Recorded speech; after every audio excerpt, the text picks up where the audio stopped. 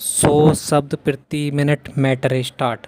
सभापति महोदय, मैं रक्षा मंत्रालय की मांगों का समर्थन करने के लिए खड़ा हुआ हूँ। वर्तमान घटनाओं से पता चलता है कि संसार का हर देश अपनी सुरक्षा के बारे में चिंतित है और उसके लिए हर प्रयत्न कर रहा है। इस दृष्टि से अन्य देशों की तरह हमारे देश में भी रक्षा मंत्रालय का महत्व है। मुझे इस बात की खुशी है कि जहां अन्य मंत्रालयों की उनके पिछले साल के कामों के बारे में काफ़ी आलोचना हुई है, वहाँ इस मंत्रालय की कम आलोचना हुई है। इससे पता चलता है कि इस मंत्रालय ने पिछले साल अच्छा काम किया है। मोटे तौर पर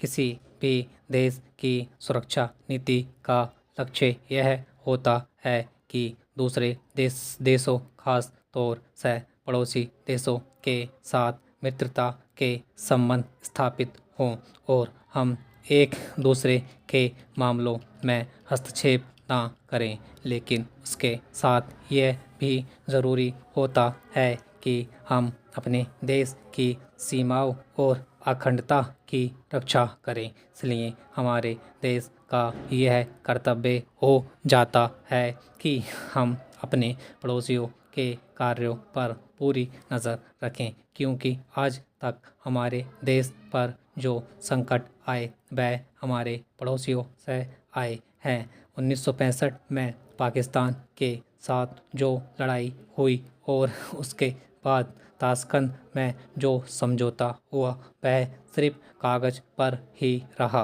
पाकिस्तान ने उस पर कोई अमल नहीं किया। इस दृष्टि से बहुत ज़रूरी है कि हम अपने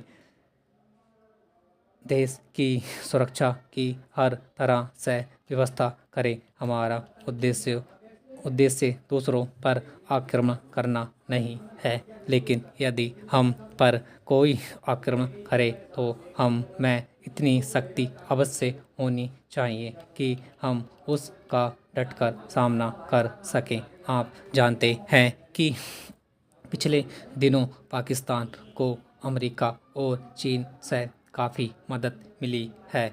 रक्षा मंत्रालय की रिपोर्ट में भी कहा गया है कि पिछले साल अमेरिका ने पाकिस्तान को 1500 करोड़ रुपए की फौजी सहायता दी है।